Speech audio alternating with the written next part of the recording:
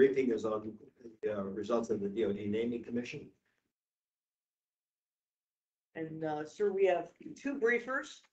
I'm gonna ask you to go all the way around, go around, Petra. All the way around? Yeah, I'm not Are gonna. you like risk that? Unless you're gonna low crawl, We actually have two briefers. This will be a low crawl. not in a dress, ma'am, or skirt, whatever they call it. So Matt, if you go to the next slide. So it's important to note that, the DOD naming commission, had a, sport group, Army sport group. Go to the next slide, Matt. And, myself and now, Captain Vasiliou, Captain, listen to me, Major Captain Vasiliou, worked with, the team. And so she's gonna present the commission, what they looked at, what they decided, and then we've asked Dr. Carney to talk a little bit about the memorial and, more importantly, the, interpretive efforts we've had underway. So I think you're all familiar with the mission of the DoD Naming Commission. I'll read it out for the public that may not be seeing slides right now. Congressional Commission providing naming, renaming, and removal recommendations to Congress for all Department of Defense items that commemorate the Confederate States of America or any person who served voluntarily with the Confederate States of America. So the commission published all of the recommendations in 3 parts. All of them can be located at this web address, thenamingcommission.gov, if they want to go in and read those. The Department of the Army conducted a study to help inform the DoD Naming Commission. They looked at a whole host of options, including leaving the memorial in place and contextualizing it, putting up interpretive signs, things of that nature. You can see the long list here of all of the items explored. I won't read them off one by one, but basically every permutation, combination you could think of to inform the study. Ultimately, so the commissioners, took all of this and really looked at mitigating things such as not disturbing graves, like to great detail, including covering the graves and, metal sheets and things like that, if anything, any decision were to be made so that we would not disrupt graves. The one thing that's very important here to know is in the case of the Confederate Memorial, the commission assessed that contextualization was not an appropriate action. Next slide, please. Okay, so these were their final recommendations. So regarding the Confederate Memorial, they recommended that the statue atop the monument be removed, the bronze elements, and leaving the granite base and foundation in place. And again, that was to minimize the risk of inadvertently disturbing any of the graves. That was a great concern. They also, of course, wanted to make sure we went through the National Historic Preservation Act process, which I'll talk more about here in a little bit. Make sure we consult with the Commission of Fine Arts, the Virginia SHPO, National Capital Planning Commission, all of those typical consulting parties. Also known as, of course, the Section 106 process. And we are encouraging the public as we go through this process to, participate, look for the the Federal Register notice when the comment period will open so that we can hear from the public and hear what everyone has to say, and get those ideas. They also. Can I just ask that Yes. the Commission of Fine Arts, Historic Review Commission, they all have public processes, right? Interesting. And so people will have the opportunity to weigh in their opinions with those groups. It's a very important process, for us to be able to hear, not just from the consulting parties, but all of the public. So we definitely welcome all that we can get as we go through this process once we start. They'll solicit for that input, is that right? Commission on Fine Arts, the Historic Review, as opposed to us. Correct.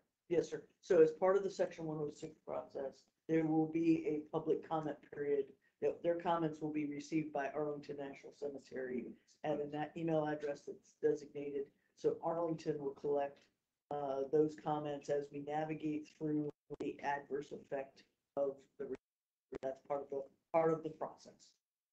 I'm just curious, what is the expertise that's provided by the Commission of Fine Arts and Historic Review Commission?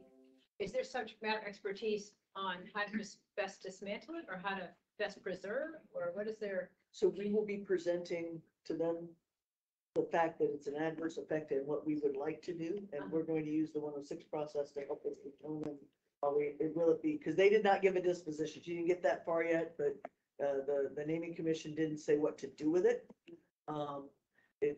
They said removal and disposal of the disposal can be storage. That's Is what there I a- was is gonna there ask, a- Jane. in that regard? Okay. That's what I was gonna ask. Maybe it's later in the briefing.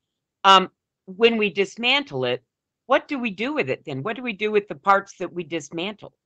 That is the part that is not specified in the recommendation. And I'll proceed ahead a little quickly for you. But the Secretary of Defense did direct us to begin implementing the DoD Naming Commission recommendations. Yeah, There is a process we must go through. So we have begun that Section 106 process, and all of that will help inform us on what steps to take as far as disposition, storage, and how it will be taken apart. so we don't know if we're gonna store it or we're gonna destroy it. We don't know yet what we're gonna do with the parts. Not at this time, then. Okay, That's the importance of the public process, parties and hearing from the public, so we can shape that outcome. So again, I don't want anyone to panic when they hear the word disposal, because it's just referring to disposition. As we go through the process, we'll see that we get on that. Also, under the recommendations were any roads bearing names, of better names, and some here at A and C, we have Jefferson and Lee Road. So we're looking at that too as we go. Lastly, I just want to point out that the Secretary of Defense, Austin, he did direct implementation of the DoD Naming Commission recommendations as they are written. And that happened on 6 October. We will be following the SecDef's guidance as we go through. If there's not any questions, then I will our historian, Dr. Carney, to cover the next two. Co-chairpersons committee. Pleased to give you a quick overview of the Confederate Memorial. Specifically, I wanted to give you some context, some of the background about why it's here, number one, and some other details about it. Second, I think very quickly, we'll just go through and show some of those issues that the DoD Naming Commission examined as being divisive and what made the memorial problematic. And finally, I'll spend whatever time I have talking a little bit about the long-range, long-term interpretive efforts that Arlington has in place for the Confederate Memorial. So first, just echoing what Ms. Yates indicated. So because A&C is a historic district and under the National Historic Preservation Act, and as a result that we are considered under that, the Confederate Memorial is a contributing element to that historic district, and therefore any decision to remove it or really make any changes to it needs to be dealt with in accordance with the Section 106 process. So the most frequent question I personally get about the Confederate Memorial and the Confederate section is, why is there a Confederate section? Why is there a Confederate Memorial at Arlington? And that's one of the very important pieces of context that not a lot of people have. It's simply that coming out of the 19th century and into the 20th century, the way burials were conducted at Arlington National Cemetery was new sections were established, and all of those individuals from that specific event or conflict were buried at that location. So in 1899, our first new section beyond the historic boundaries of the original Civil War 200-acre cemetery was the Section 24, all the dead from the USS Maine explosion in Havana Harbor in 1898. A few years later, what we call Section 22 was established, where all of the repatriated remains of Spanish-American War service members who perished overseas were reburied. Same thing with Spanish-American War nurses. They were interred in a specific section. Today we call it Section 21. In each one of those new sections, a memorial was placed there. in honor of those buried. So in, well, it's a little bit out of chronological order, but a original memorial to the dead of the USS Maine was placed at section 24. It was an anchor of a Maine class ship, as well as 2 howitzers. And of course, years later, the mast of the Maine was dedicated there. With the remains that from the Maine. Yes, sir. So the remains, there were 2 recovery efforts of the remains from the Maine. The first set, which was right after she exploded, were reinterred here in Arlington in 1899. The second set of remains came when the U.S. Army Corps of Engineers built a coffer dam and salvaged the Maine. So when they got into the Maine itself, they recovered additional remains that were there. But so in the section for the Spanish-American War repatriated dead, a Spanish-American War memorial was dedicated. In the nurses section, the original nurses memorial, the Spanish-American War nurses memorial was placed there. So in that time period, 1899, really through World War I, it's not surprising that there was a section that was set aside for Confederate service members. And the creation of that section today, section 16, was authorized by Congress in 1900. In flash forward in 1906, a request was made to then the Secretary of War, William Howard Taft, future president, and Secretary of War Taft approved the request to have a memorial placed at section 16. So again, it's in the context of that time. Next slide, please. So that's the background, sort of part also as part of the context. I think we just wanted to show you some of the specific details of the Confederate Memorial. So its location on the overarching ANC map, who the designer was. It was actually constructed in Germany and shipped here for establishment. I don't see it on there, but the cornerstone for the base was laid in 1912. The monument or the memorial itself was dedicated in 1914. So again, we have the status that it's a contributing object on the National Register. Overall height is 32 feet tall, 27 feet wide.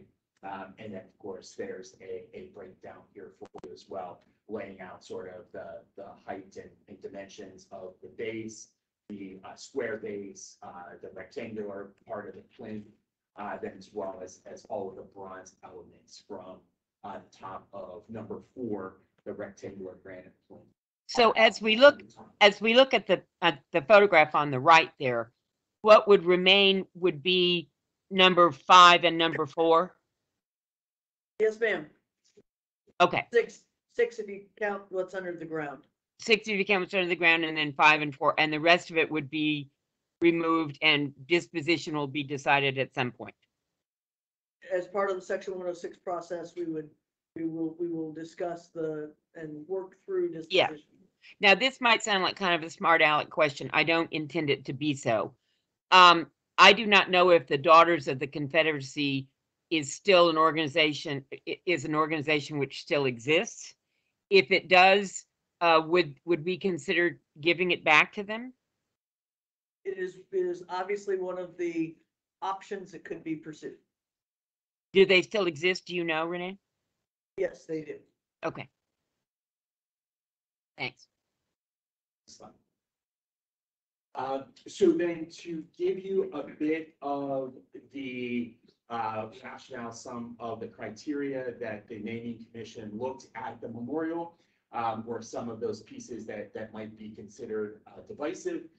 So on one of the bronze plinths, we have a Latin phrase which translates to "the victorious cause was pleasing to the gods, but the lost cause to Cato." So again, it's saying the memorial states that, you know, the United States cause of ending the rebellion was pleasing to the gods, but the lost cause, the Confederate States of America cause, was pleasing to Cato, who was a Roman senator known for his moral compass and those sorts of things. So that's one of the things that are often pointed to. Next slide. On that one, the United Daughters of the Confederacy, do we have it documented how they defined lost cause at that point? Was that denying that slavery was reason for the Civil War? What was their definition of lost cause? Yes, sir. So I think that it ends up being a complex question that yeah, really would require like sort of that public comment and that feedback period. But I think it's not simply that that what was the cause of the Civil War? Was it slavery or states' rights or something else? It's really that their cause was moral and just. So, we hear even during the dedication ceremony of the Confederate Memorial that a number of the speakers would say things like, the cause of we have the true legacy of the founding fathers and of the American Revolution, of the early Constitution. So I think it's a rather complex term that requires a lot of unpacking to really get into the meaning. Yes, sir. Slide, please. So here, some work that was done on the memorial back in 2014 or 2015. Here were just some close-ups of some of the work. The figure on top, some of the state shields that we see, and something that's not easily visible from the ground is on that sort of circular piece. It says, "And they shall beat their swords into plowshares and their spears into pruning hooks." So, this is definitely part of Moses Ezekiel's attempt to kind of depict the South as agrarian, and as they move forward, that's the characteristic of Southern states. So yeah, I think that was the only thing on this one. Next slide, please. So of course, the most divisive, the thing that is most often pointed to are the depictions of African Americans on the kind of sculptural elements of the memorial. So on the left side of the screen, you see an African American who is depicted as a servant following his owner off to war.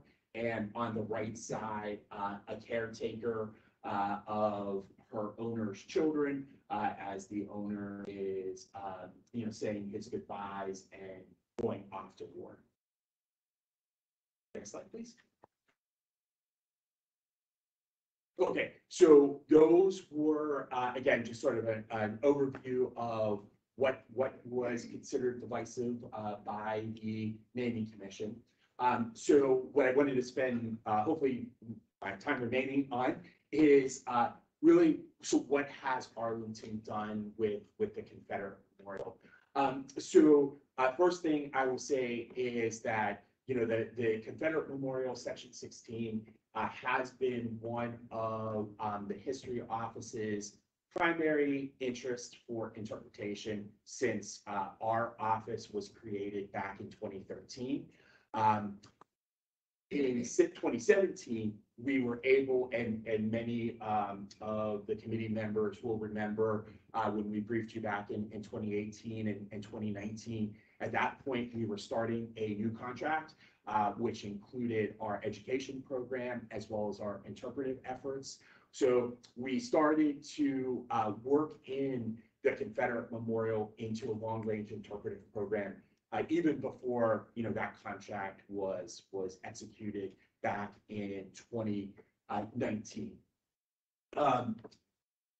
So we have been looking at what are the best ways to interpret the Confederate section, the Confederate Memorial, so people really understand the history and the context of that. I guess I should say the Confederate Memorial was not our only high priority interpretation topic. For example, the James Tanner Amphitheater. Many people don't understand just how important the Tanner Amphitheater is to the growth of Arlington National Cemetery as the nation's premier national military cemetery post-Civil War, right? So the really foundations of Memorial Day are laid there at the James Tanner Amphitheater. And the same thing with the Mast of the Main, right? Unless you go there and sort of decipher that the V over the doorway is actually a U, and it's the USS Maine, you know, there's nothing there to contextualize it. So we hear people all the time say, oh, the Mast of the Maine, what is this thing? It's a really weird flagpole, and why is there no flags flying on it, and those kinds of things. So this long-range interpretive effort did take into account other high-priority places around the cemetery as well. And for example, after the ribbon cutting today, Lord Wetzel, the historic Lord Wetzel Gate is now one of those high priorities as well. With the Confederate Memorial, one of the first things we did with the assistance of our contractors, who are the experts in interpretation, we really did a wholesale look on our own website and tried to get all the factual information correct on that website. That was done back in December of 2019. And then as part of the interpretive efforts, we also have been doing a lot of work on our education program, which I'll give you an update on after lunch. But what was really becoming clear as we started working on those education modules is Arlington tells a story that I would argue very few other places in the United States can tell. So it started off as a plantation with enslaved people here. It was seized by the army. It became fortified. A freedmen's village was established here for freed slaves that lasted for several decades. We have freedmen buried here in Section 27. We have African-American service members who fought in the Civil War and later conflicts buried here. You know, Arlington was originally, the military cemetery was not segregated by race or rank. After we became a national cemetery in June of 1864, we did become segregated, and we remained a segregated cemetery until President Truman's desegregation of the military in 1988. It's very hard to teach people something about Reconstruction or you know, dealing with race issues. But here at Arlington, as Mr. Edwards knows, we have a whole walking tour available now on our education program about the civil rights movement and civil rights leaders who are buried here at the cemetery as well. So we just tell this really incredible story, and the Confederate Memorial is part of that story. So taking that into account, we wanted to come up with a way that we could really contextualize not only the history of the section and the memorial, but we could also place the Confederate Memorial in the larger story that we tell here at Arlington National Cemetery, because at least some of you have heard me say, truly what's incredible about Arlington National Cemetery is we tell the story of our nation from the Revolution through today, through those service members who are interred here and they're eligible to pay. So this is, we can tell this story like very few, if any other places in our nation can tell.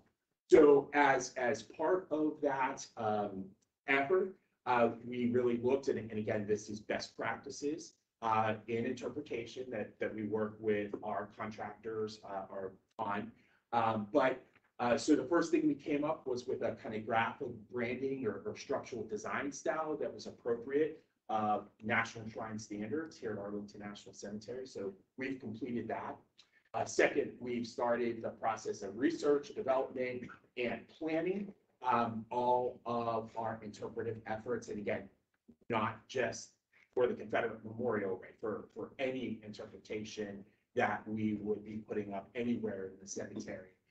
So we are researching and working on the development of those things, which for all of those includes the Section 106 review. So the example I gave you of wanting to place some signage at the James Tanner Amphitheater, that also would go through a Section 106 process. We would have to get approval to place those interpretive signs there. So that is actually a very strenuous part of this process.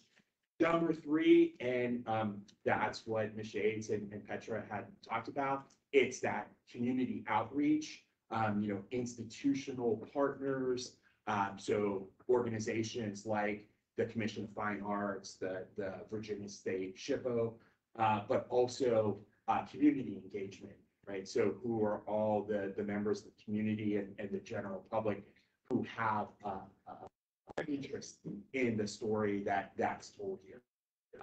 And finally, after that third step is done, then we move to the actual design, taking in all of the input from all those institutional and community partners and engagements, manufacture, and then actually install that interpretation. Who has final decision authority? On, sir, The historic, they say, we want this, we want that, we don't want this, we don't want that. Is it ultimately up to who? well, sir, I can tell you that the process in past efforts I've worked on, and some of the community members may have seen the interpretive sign that's out going into the Millennium sections. So that process was took about years or so to get that I done. appreciate that you accommodate Yes, and you work exactly. closely with them.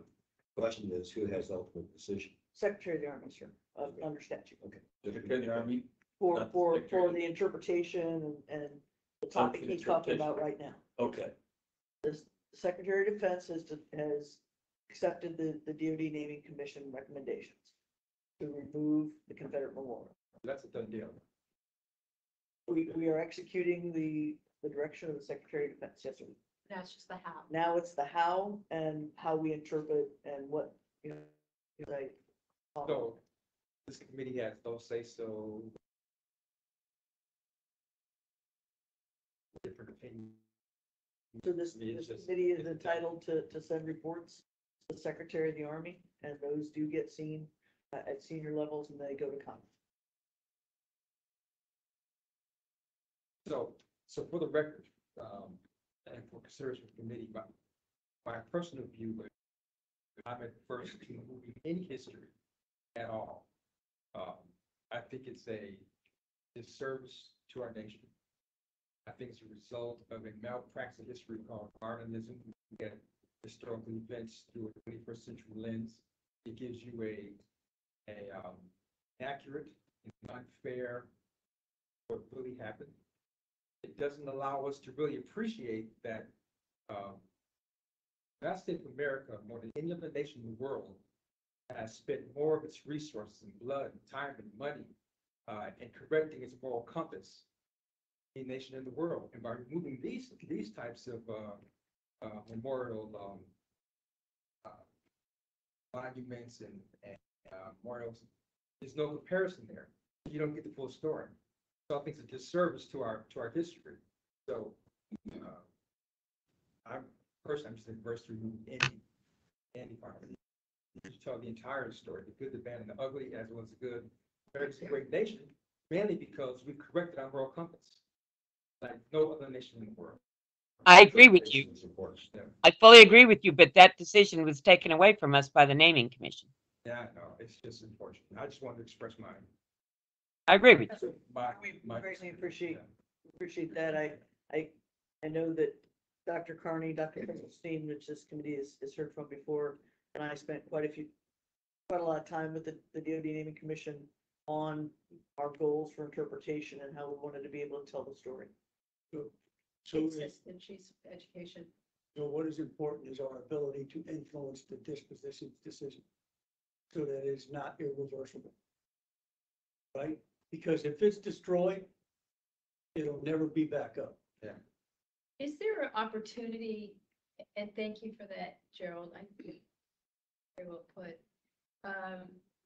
that context is king, right? So to truly learn about something that's happened in this country, you have to have both sides unsanitized.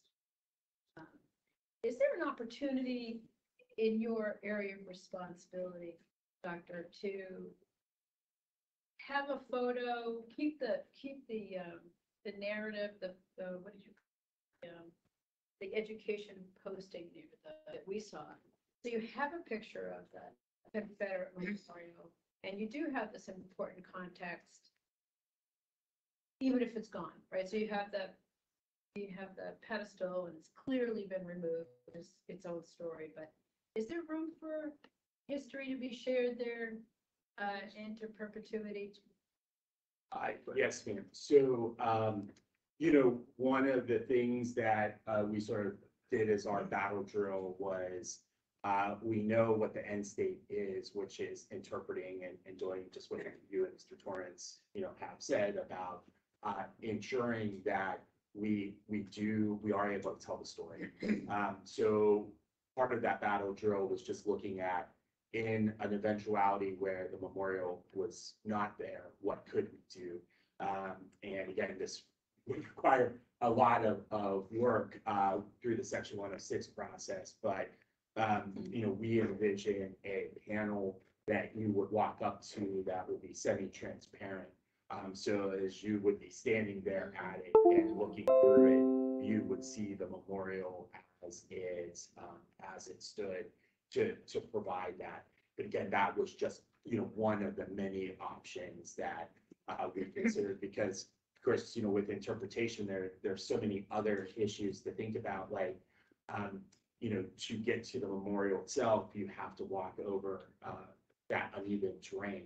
So how accessible is that? So, really in a place like Section 16 or any section in the cemetery, where would be an appropriate place to have that interpretation? Would it be on the clearest or the nearest, walking path, or, hard surface that anybody with accessibility challenges could get to?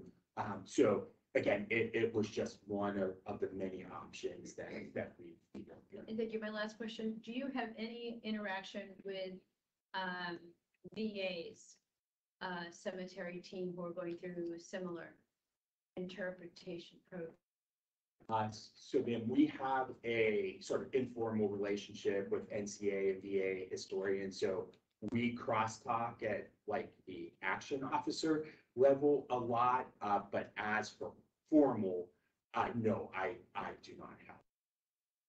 The organization has a working group, cemetery joint working for these kind of topics, and this particular topic was discussed at our last meeting or so ago, where we discussed this endeavor across cemeteries to change the memorials that exist.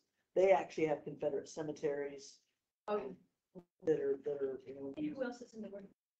So it's the American Battle Monuments Commission represented, the NCA, National Cemeteries Administration, and then the National Park Service, because they do have cemeteries. It's the Cemeteries Joint Working Group. Wonderful, thank you. Renee, I've got a couple questions. First of all, any discussion at all of moving graves? No, so the initial discussion with the DoD Naming Commission was to understand that. I brought them here, talked about the General Wheeler grave in Section 2, and so we showed them that, and they quickly understood where final disposition for remains was not on the table for their discussion. So there's been no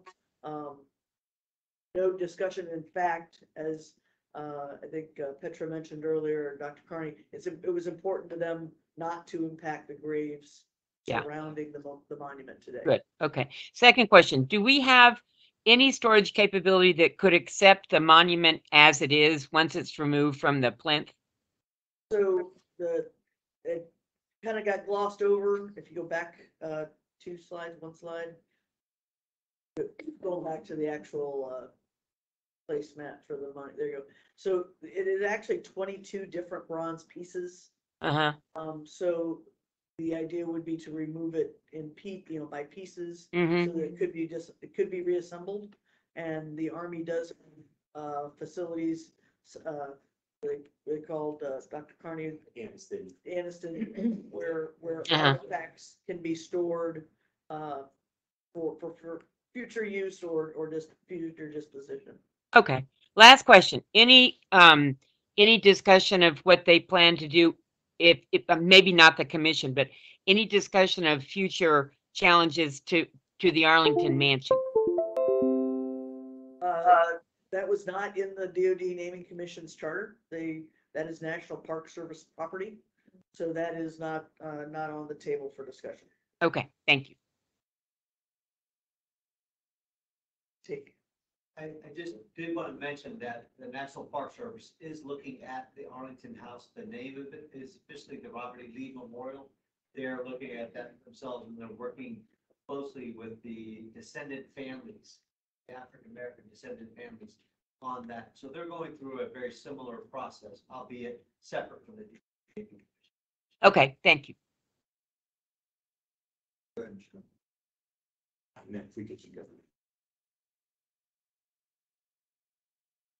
So I think the last thing we had up was just sort of the discussion about future plans. So again, a lot of this, and I think the first time we talked about this, Ms. Yates, was actually before the naming commission, any kind of response came out, and actually probably before the naming commission was even stood up. But what we are looking at is interpretive signage.